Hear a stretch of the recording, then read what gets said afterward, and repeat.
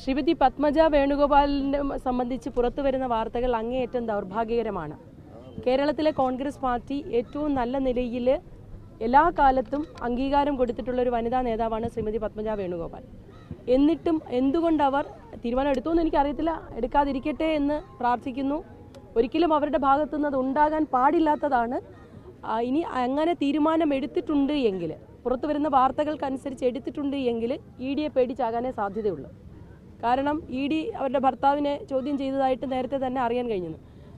കേന്ദ്രം ഭരിക്കുന്ന BJP രാഷ്ട്രീയ എതിരാളികളെ ഓരോരുത്തരായി നിശബ്ദരാക്കുവാൻ ED പോലെയുള്ള സംവിധാനങ്ങളെ ഉപയോഗിക്കുമ്പോൾ നിർഭയരായി നിൽക്കാൻ കഴിയുന്നവർ നിൽക്കും. അല്ലാത്തവർ ചിലപ്പോൾ ഇങ്ങനെയൊക്കെ ആകാൻ സാധ്യതയുണ്ട്. പക്ഷെ അത് ഉചിതമല്ല. അവർ പോകാൻ പാടില്ല എന്നാണ്.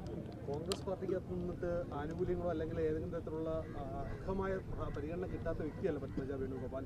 സ്വാഭാവികമായി ഈ പാർട്ടി പ്രവർത്തിക്കുന്ന ഒരുപാട് പ്രവർത്തകരെ സംബന്ധിച്ച് ഒരു മുൻ മുഖ്യമന്ത്രിയുടെ മകൾ മറ്റ് BJP പറഞ്ഞ അല്ലെങ്കിൽ ദേശീയ രാഷ്ട്രീയത്തിൽ ഇത്ര കലുഷിതമായ സാഹചര്യത്തിൽ പോകുന്നത് എങ്ങനെയാണ്? അതിൻ്റെ ഒരു പ്രത്യാഘാതം കേരള കോൺഗ്രസ് എല്ലാ കാലത്തും കേരളത്തിൽ മതേതര നിലപാടുകൾക്ക് വേണ്ടി നിലകൊണ്ടിട്ടുള്ള ലീഡർ ശ്രീ K. കരുണാകരൻ, അദ്ദേഹത്തിൻ്റെ മകൾ അങ്ങനെ പോകുന്നത് ഒരിക്കലും ശരിയല്ല എന്നാണ്.